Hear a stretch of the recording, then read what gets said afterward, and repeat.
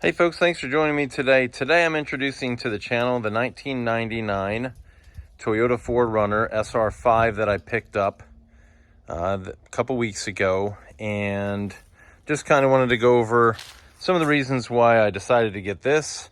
And the reason in buying a fourth vehicle for the family is my son is eventually going to be turning 15, and so we don't need a vehicle right away, but this vehicle needs some work, so it's a bit of a project. Plus it was only $3,000, and I say only $3,000. I mean, $3,000 is still a decent amount of change, but I think you'll see what I bought for $3,000. I think it was a pretty good deal.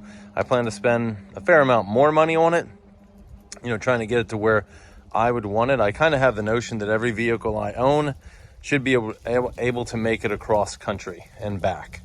So I try to maintain them at that level and, bring them up, whether it's braking, suspension, engine, drivetrain performance, whatever.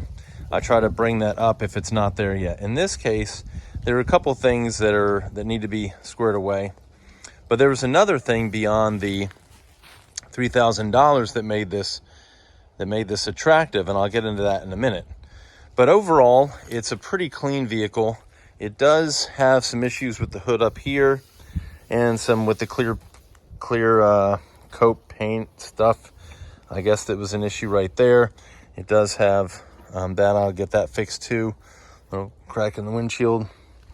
But overall, it's pretty clean on the outside. The tires are a little not terribly cracked, and they have some decent tread on them. Not a crazy amount of tread, but they don't look cracked down here too much. I mean, a little bit there, I guess, but not terrible overall. They won't be like the first thing I replace. Overall, back here, it's in pretty decent shape, and so I don't really have much to complain about with this. And then inside, it's also pretty clean.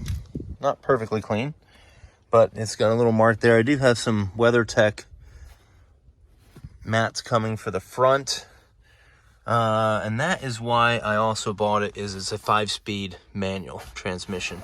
It did have this ball on it, which I thought was kind of goofy, so I went ahead and ordered an OEM or OEM like shifter, and that's on there pretty secure. I probably will get new specific to these seats seat covers. The dash is not cracked. It's in pretty good shape. It's like a little bubbled right there or something, I guess. I don't know. But it's not cracked. Everything here is good except for the radio. The AC works. The heat works. Most of the lights work except for the top brake light. I will get that fixed. That is the only really wear on the interior other than the seats. And if you look back here, they have all this stuff too. They have that, and then they have that little secret compartment right there, which is kind of cool. The transfer case shifter works really good. No complaints about that. The doors are good. You can get in and out of the doors, except for the passenger driver's side door. You can get in, but you can't get out, so I need to take that panel off and take care of that. And also back here, I do have the panel and the motor that he has for the window. He said the window didn't work, so that was kind of disclosed up front. So I will be repairing that as well. But as you can see here, the seats are in really good shape. The floor's in pretty good shape. I mean, there's some issues with it, but not really that bad at all. This is all squared away. Cup holder, the heat, and has rear heat, but no rear AC. These you tuck in there. Again, the door panels are in pretty good shape. And let's see if I can open this. We had an issue with this, but it's open since, so I'm not sure if I completely fixed it. Probably not. But in here, it's pretty clean. We have these things right here that pulls out.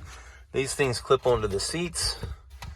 Seats go down pretty easily. You tuck in the belts where I showed you there, the belt buckles. This is they have an oil thing there. I'm not sure that's super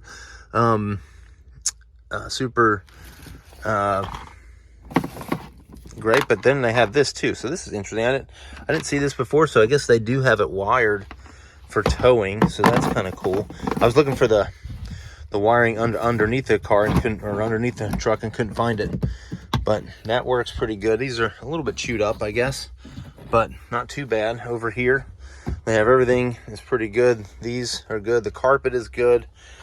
I think it's pretty good. I don't know if this works yet. I'll have to check that out. My guess it probably doesn't work, but, and then this, you know, pulls out just fine. Still has the tape that they put on there from the factory. And we'll see if we can shut this thing. I'd say overall this is in pretty good shape. It does have a fair amount of miles on it. When somebody asks me how many miles are on it, I always tell them it has all the miles. And it's just kind of a joking way of saying it has quite a few. And I think it really doesn't have a ton of miles. It has 275,000. The timing belt was replaced at, I guess, 105. So whenever that was in 04. So it was 5 years old then. So I had, you know, probably about 20,000 miles, at least for the first, you know, a year, at least for the first 5 years. Since then, you know, certainly less, but that's overall about 10.5 per year as time goes by. It runs pretty smoothly, I think. I do have some coils and plugs coming up, and I'll kind of go over that in the end, like what we're going to do, what the plans are. We'll start this sucker up. I do have to press this clutch start cancel. We didn't need to do that in the beginning, but I pressed it, and I think it might have triggered it going forward or something. I don't know. So you don't actually have to press that. I can just put this in here, and then what I do is press this, so you don't need to do the clutch to start it. So we did have it kind of running about an hour or so ago, so it's relatively smooth right now.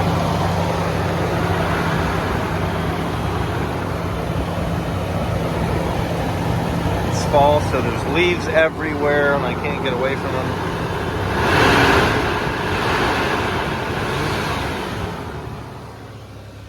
Transmission smooths pretty nicely. There's really no issues with that. Again, I think I mentioned the transfer case, 4-wheel high, 2-wheel high, 4-wheel low is all good. There's really not a lot wrong with it. Like I said, I will get into the end of it. Obviously the radio, we have this up here. It even has these little three things, and if you look into that, that's actually, you're supposed to like Velcro your garage door opener, and when you close this, it's supposed to like hit the button for the garage door opener. I think that's what they mentioned it for and stuff. So anyway, it's interior lights work. This I gotta get working too. You can hear it. It makes some noise, so something's going on up there. I have to figure that out. Got everything's good. The liner is in pretty good shape, as you can see all the way back there. Sorry about my finger. And the speedometer works. The fuel light does not work. It does have a check engine light on. That was actually new. As soon as I bought it, I ended up having the check engine light on. The whole time I test drove it and was talking with a guy, the check engine light was not on, so I'm not sure what the deal with this. These lights will obviously all go away once you get going. Again, I have to figure out with the fuel light, you know, I can do that. And then if I buckled in and shut the door, though, all those lights go on. I'm not gonna buckle in yet, though. And overall, it's in pretty good shape. I think, you know, I gotta clean out that a little bit more. There's some fuses down there. So that could be, you know, we'll look into that, see if there's something there. There's some extra stuff there. I've cleaned everything once, but I didn't do, I guess, as deep a cleaning as I thought maybe. So in any case, I'll get into what I'm going to do right now. Okay, some of the obvious things I would do with any vehicle. So this to me doesn't really cut into the price necessarily, because I would do this with every vehicle. And that's basically a complete baseline on all the regular maintenance stuff. And when I say baseline on the regular maintenance stuff, I mean like all the fluid changes, transmission, differentials, transfer case, oil. I get to the radiator, all of that kind of stuff. So that's like phase one of this job would be, you know, taking care of that stuff. Phase two is going to basically be this right here. So I will show you. The axle does need some help. It's not super rusty. It's mostly like kind of like surface rust that I'm gonna kind of chip away and then hit over with some rust reformer. But that looks okay right there. As you can see, all pretty dry right there, right? Well, over here, it's covered in probably axle grease and gear lube. And my guess is the seal is busted over there and needs to be fixed. So there's also kind of a weird sound in the rear end, and I think part of that was the fluid was low, so I addressed that. I actually dumped it out. There wasn't that many metal shavings in the differential, basically not any more than you would normally see. So I filled that up. The sound kind of slightly went away, but not all the way.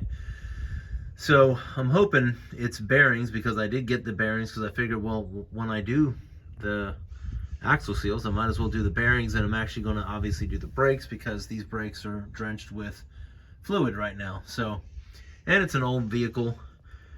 So far they seem to have done a lot of the fluid maintenance. All the fluids have looked actually really good that I've changed. So I guess they stayed up on that. I only have the records for the oil, but the other stuff ended up being pretty good. Like when it came out, I looked at it. It's actually been far better than I thought. So I kind of got lucky there. The spare tire is definitely, spare tire might be okay.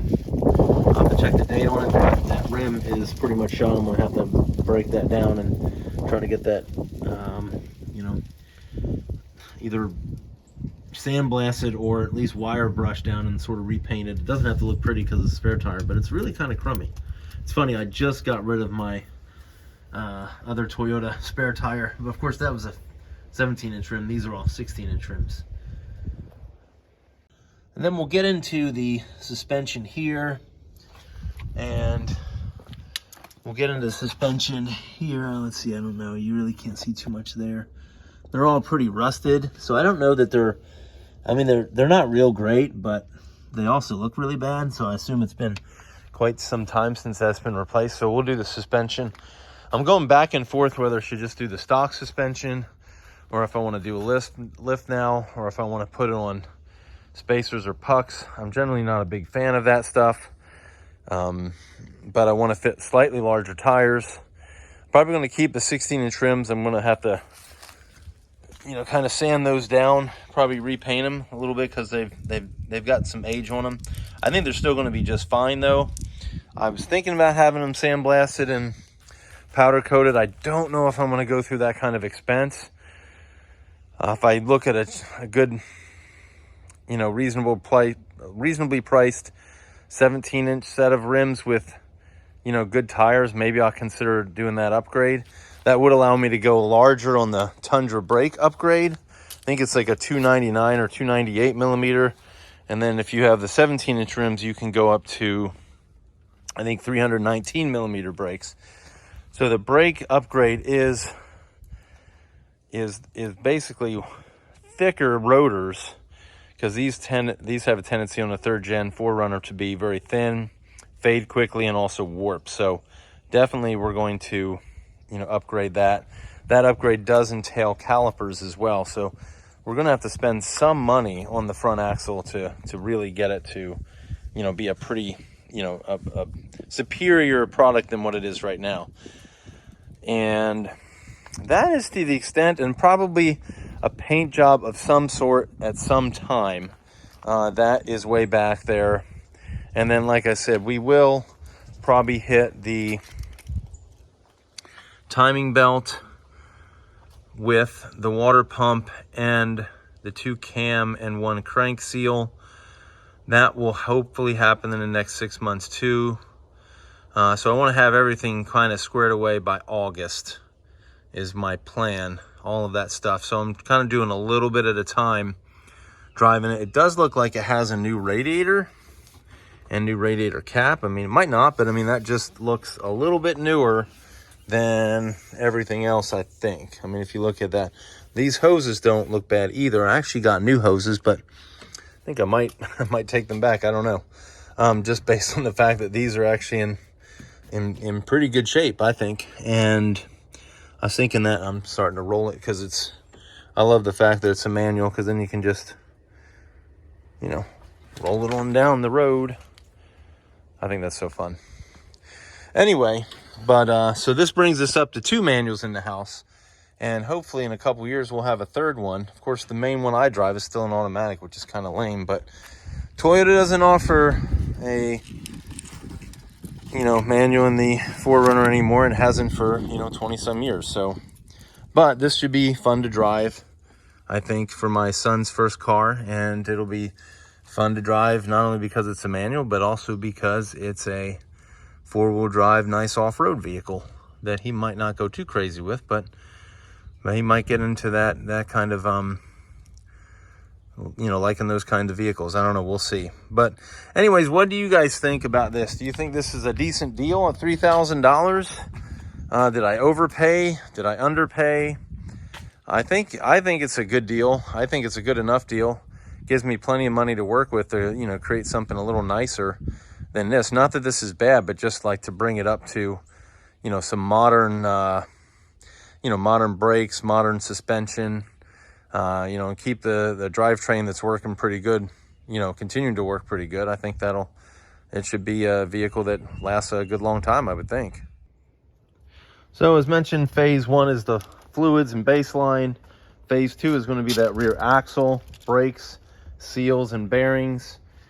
And then I'm going to expand into more things with the rest of it. Get the front axle done, look at the brakes. I'm going to do the Tundra upgrade on those brakes. I don't know if you can see it from here. Gosh, probably not. You'll see there's kind of a fair amount of fluid, but like right here, you can see that boot has been busted. So I don't know if I'm going to have to replace the whole axle or just the boot. I'll kind of determine that later. I'm not in a big hurry to do that because those aren't really used. But also, a whole axle can be had for like as cheap as 40 or 50 bucks. You can get up to 100 or more depending on what type you get, if you want to get you know, do a lift on the vehicle. And the boots are obviously more, or you know, cheaper. So we'll see if we can just replace the boot. Then that's what we'll do. If we have to take off the whole axle and replace the axle, it won't be the end of the world. So we'll do that when we do the front brakes. And then, so that pretty much wraps up the vehicle. Like I said, you know, hit the like button or the dislike button if you want. Put a comment down. Tell me what you think about this. I appreciate you watching. And if you want to see more videos about this 4Runner or my other cars that I have, you can hit the subscribe button. I'd appreciate that, and that'll help the channel. And hopefully I'll see you guys in the next video. Thanks. Bye.